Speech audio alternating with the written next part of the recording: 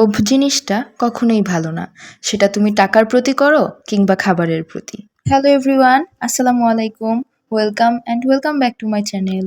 টাকার প্রতি লোভ করলে কী কী পরিণতি হয় সেরকম অনেক উদাহরণ তো তোমরা দেখছোই। আর খাবারের প্রতি লোভ করলে নিজের স্বাস্থ্যের ক্ষতি হয়। এখন আমার ক্ষেত্রে আমার টাকার প্রতিও লোভ আছে, খাবারের প্রতিও, কিন্তু দুইটার সাথে কম্পেয়ার করলে আমার খাবারের প্রতিই লোভটা অনেক বেশি।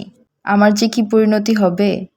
এই ভিডিওটা আরও কয়েকদিন আগের, যখন আমি ইস্ট ওয়েস্ট থেকে আমার বাসায় আসছিলাম।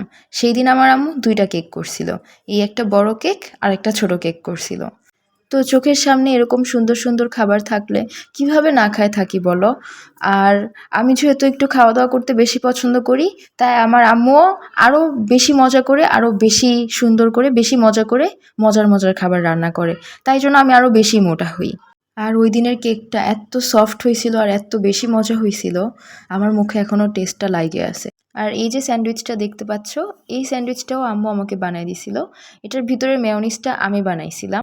তো মেয়োনিজ দিয়ে, শসা দিয়ে, চিকেন দিয়ে সবটার কম্বিনেশন অনেক মজা হয়েছিল।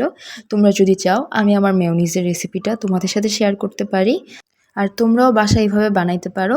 এটা গরিবের বার্গার বা স্যান্ডউইচ যেটাই হোক না কেন, অনেক বেশি হেলদি ফুড। তো গতকালকে রাতের বেলা আমি খুব তাড়াতাড়ি ঘুমাইছিলাম, আর সকালেও খুব দ্রুত ঘুম থেকে উঠে যাই। উঠেই ফজরের নামাজ পড়ি, আমি আমার বিছানা গুছাই। আর এখন থেকে আমি রেগুলারলি ট্রাই করতেছি একদম হেলদি ফুডগুলো খাওয়ার, কম করে খাওয়া দাওয়া করার, 2 বেলার জায়গায় 1 বেলা চা খাওয়ার, আর রেগুলারলি এক্সারসাইজ করার। আর হ্যাঁ, মাস্ট রেগুলারলি আমার ওয়েটটা মাপার। যদিও তোমাদের সাথে আমি এখানে আমার ওয়েটটা শেয়ার করতেছি না, আমি যদি আরেকটু ওয়েট লস করতে পারি এরপরে তোমাদের সাথে শেয়ার করব।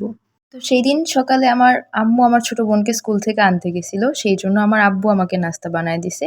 আমি একটা রুটি, একটা ডিম ভাজি আর আব্বু চিকেন ফ্রাই করে দিছিল, সেটা খাইছিলাম। আর স্কুল থেকে আসার সময় আমার বোন আমার জন্য ঝালমুড়ি নিয়ে আসছিল। আর এরপরে আমি অনেকগুলা কাপড় ভাঁজ করছিলাম। এরপরে সবাই বলবে আমি কোনো কাজ করি না। আরেকটা বিষয় আমি তোমাদেরকে বলি, আমি যে তোমাদের সাথে কথা বলি, আমি কিন্তু অন্য কোনো ভয়েসে তোমাদের সাথে কথা বলি না বা অন্য কোনো স্টাইলে। আমি নর্মালি যেভাবে কথা বলি সেভাবেই তোমাদের সাথে কথা বলি। যেমন আমি বললাম কেকের টেস্টটা আমার মুখে এখনও লাগে আছে, বাট আমি যদি শুদ্ধ ভাষায় কথা বলতাম তাহলে আমি বলতাম টেস্টটা আমার মুখে এখনও লেগে আছে, বাট আমি আমার স্টাইলেই তোমাদের সাথে কথা বলি, যেভাবে আমি নর্মালি কথা বলি। ধন্যবাদ। আর আমি কিন্তু এখন আমার Facebook page Noor in my notebook and আমার YouTube channel Noor in my notebook, দুটোটাতেই একই সাথে আমার ভিডিও আপলোড করতেছি। সো তোমাদের যদি আমার ভিডিওগুলো ভালো লাগে তোমরা আমাকে 2 জায়গাতেই ফলো করতে পারো। Bye bye.